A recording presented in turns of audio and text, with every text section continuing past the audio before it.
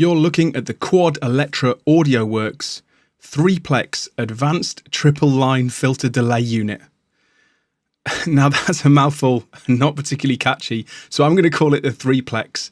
I'm pretty sure that's what they intended anyway. But joking aside, this is probably one of the best delay units I've seen in Reason so far, and I think that it's the one that personally I've been waiting for. The echo is great, and it's, from the propeller heads themselves, but it's really modeling tape delays, and it really gives you that sort of analog retro sound. I personally like something a bit more flexible, something a bit more feature rich, and something sometimes a little bit cleaner. And then you can always add the distortion and sort of tape effects later with other processors.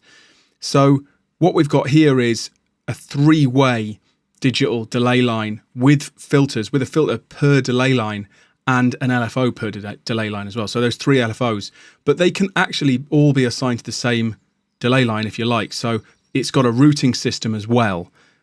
We're going to look at it now. We'll break it down. It maybe looks slightly intimidating to those of you who aren't familiar with delay lines or haven't used digital delay of this sort of complexity before, but it's actually a lot more simple than it looks.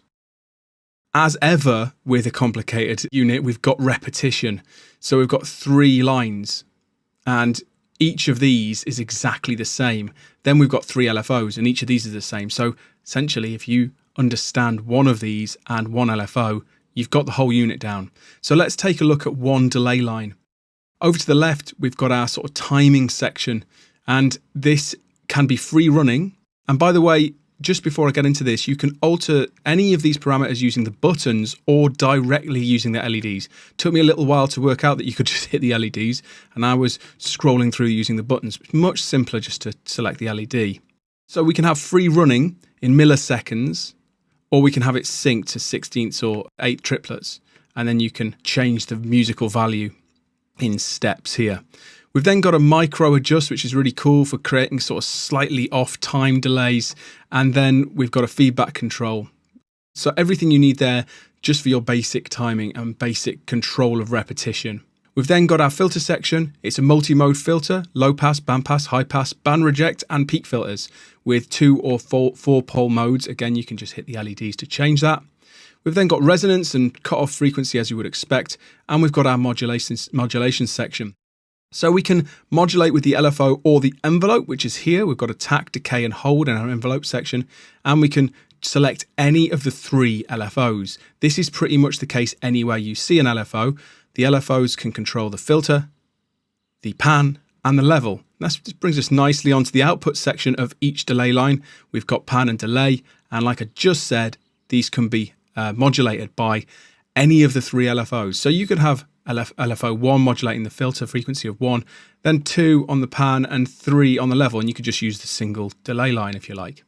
This is repeated throughout the unit times 3, and then our LFOs are at the bottom. So our LFOs are multi-mode. We can change the waveform from random to sine to square to ramp to saw. We can sync them, or they can be free running. Once they're synced, you're in sort of musical measures, so nice and simple, and this is literally just the same times 3.